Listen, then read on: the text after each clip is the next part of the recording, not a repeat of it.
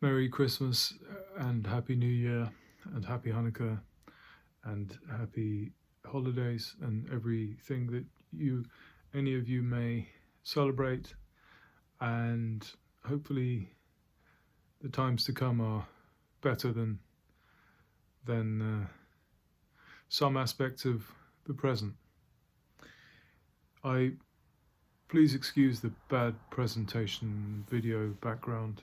I had another patient just now who consulted me about feeling cold. We're in England here, and it's freezing here in December. In many other places in the world, maybe freezing. So one of the easiest things in the winter season is a good time to introduce oneself to something very cheap, something you don't need a prescription for. You don't need to pay money to see a Chinese medicine doctor for.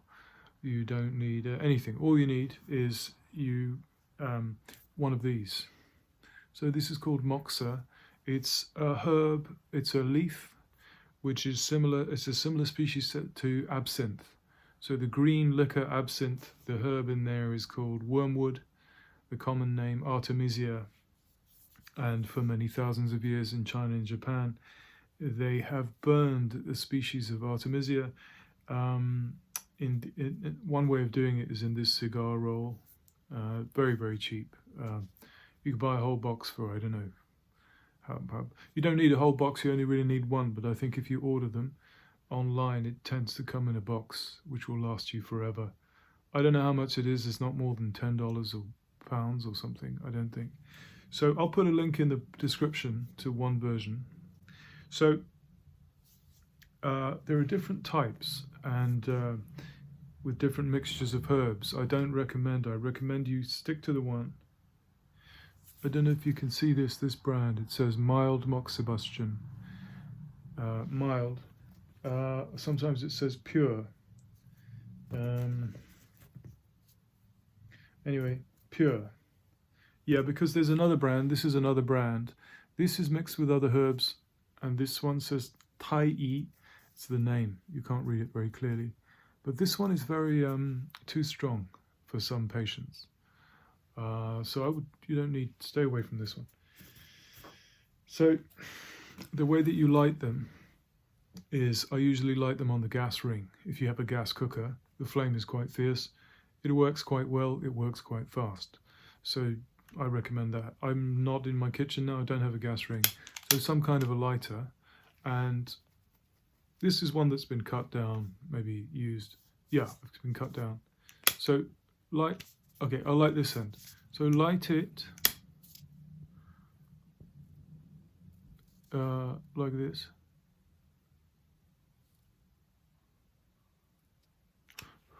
And as you're lighting it, the way I do it is blow on it. Blow on it. I love the smell. Blow on it, like, keep lighting it, blow on it until the end of it is red, like a cigar. This is why you see, if you do it with a lighter, it's not so easy. It takes a while. So I don't want the video to be too long, so I'm not going to make it red all the way across. But okay, this still isn't bad. It's about 50% red, but preferably do it so the whole thing is red. Because what you want is, you want warmth. What you will do is you'll warm certain points, acupuncture points on your body using this, and hopefully, and depending on the point, they'll have a certain desired effect. You can use Moxa for many things, but in this particular case, we're talking about feeling cold. So for this, you need to use it on a point below your belly button. Now I have to move the camera. If you'll excuse me, I will move the camera down. You can see my I'm festively plump, my fat, festive belly. So, this way. Yeah. So what you have is You've lit this thing here. Then you have the belly. And then this is the belly button. These are 4 of your fingers. You place your 4 fingers under your belly button. Do you see the distance? To get the vertical distance. It's roughly there on me, roughly there. And that's the point. And what you do, you can't see it at this angle, so I'm going to move. Always look at the moxa from above. Do you see? From my eye level, it looks like this. The reason is I can see a gap between my belly and the moxa roll. Because if you're looking at it from above, if you're looking at it in such a way that you can't see the gap, you might burn yourself. So that's it. That's the location. Okay? So I bring the camera up again. That's the location. And, oh, it feels so nice. So we're mainly talking about cold here, but it's fantastic for exhaustion also.